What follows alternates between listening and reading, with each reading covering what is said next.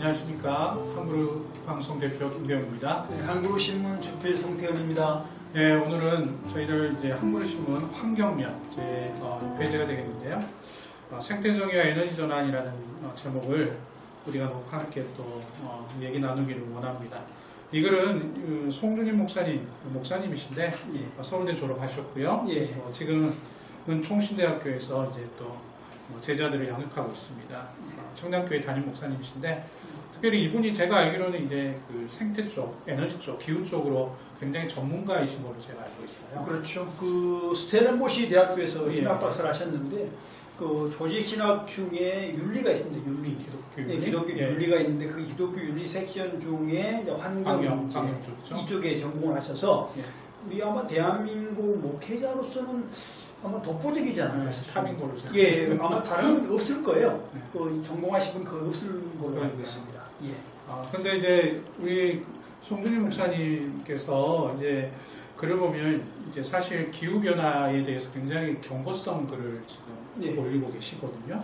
특별히 이제 이산화탄소가 기후 변화를 발생케 하는 원인으로 그렇게 얘기를 하면서 예.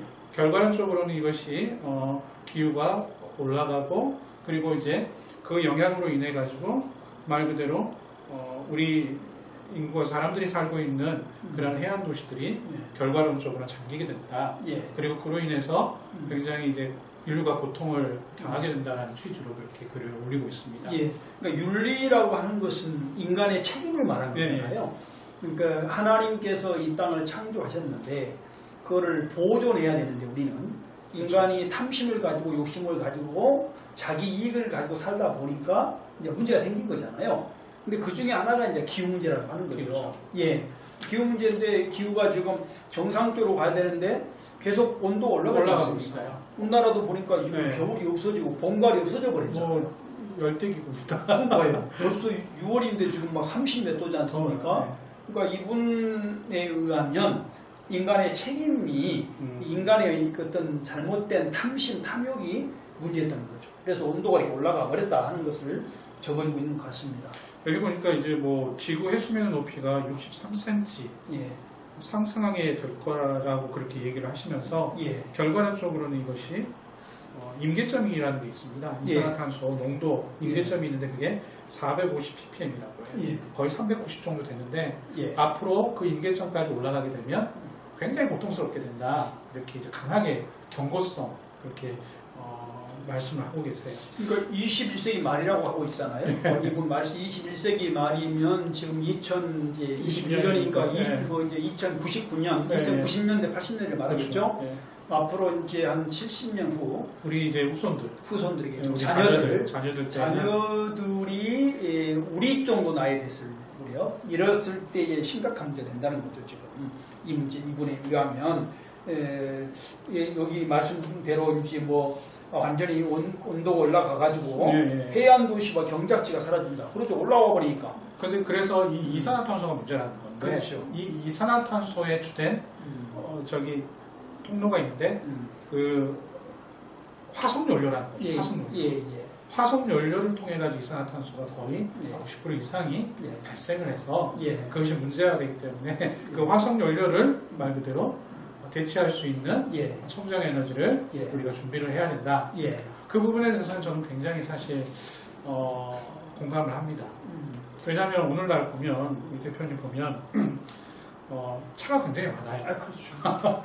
한 가정당 뭐 요즘에는 집은 없어도 차는 있거든요. 한 가정당 기본적으로 경제 이제 인구들이 있다 보니까 남편과 아내가 경제 생활을 하다 보면 기본적으로 2대거든요. 그렇죠. 근데 한국만 따져도 엄청난 수 아닙니까? 전 세계적으로는 어마어마할 거예요. 그러니까 편리성 때문에 자동차가 개발됐고, 그리고 그 당시에 연료가 이제 뭐 석유든 또 뭐 경유든 또는 휘발유든 이런 걸 사용했었잖아요.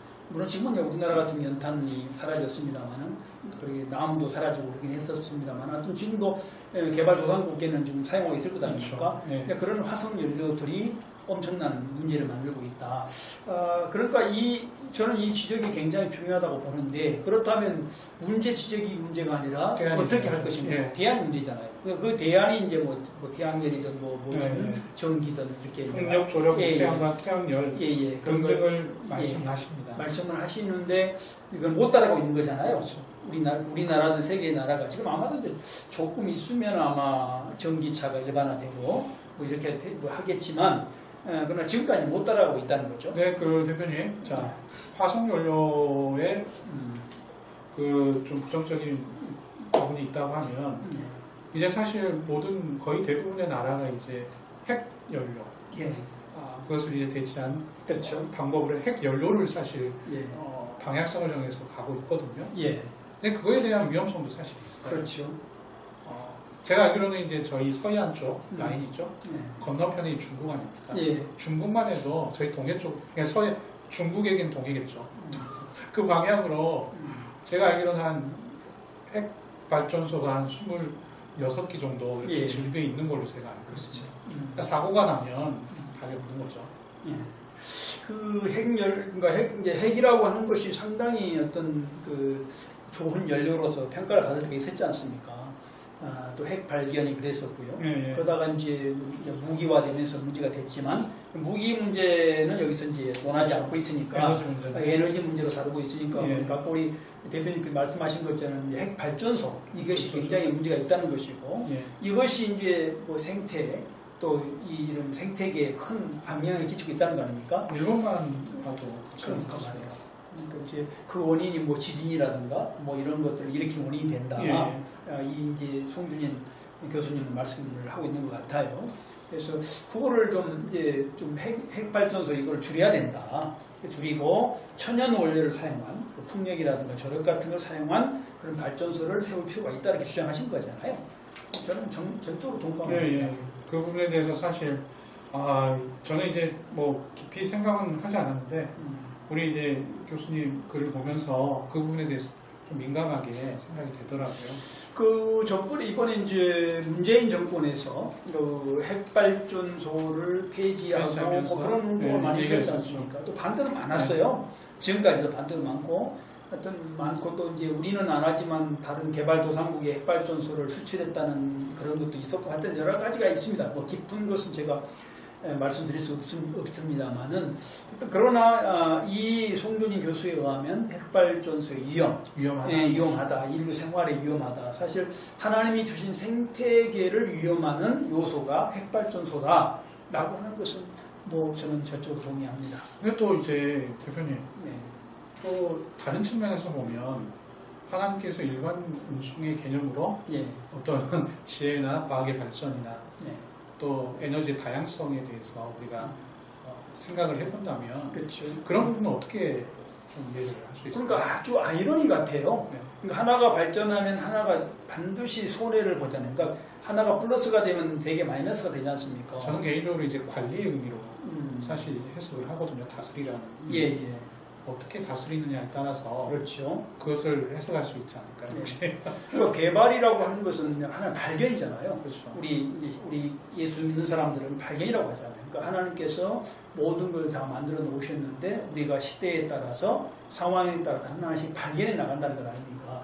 근데 그거를 아까도 말씀드렸지만 저는 탐심, 욕심, 인간에게 있는 그러한 것들이 너무나 과도한 개발 필요 이상으로 뭐 이런 것들이 문제가 아닌가 싶습니다. 사실 핵이라고 하는 것도 필요하거든요.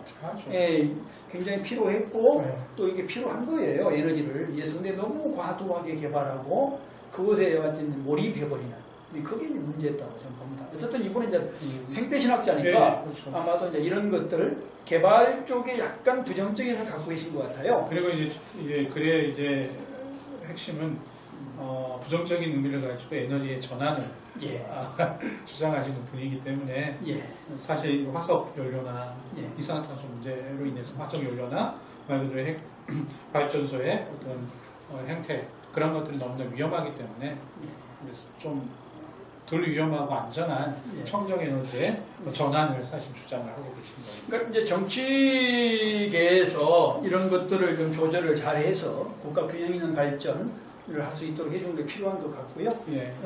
아마도 핵 문제는 아마 내년 대통령 선거에서 큰 이슈가 될 겁니다.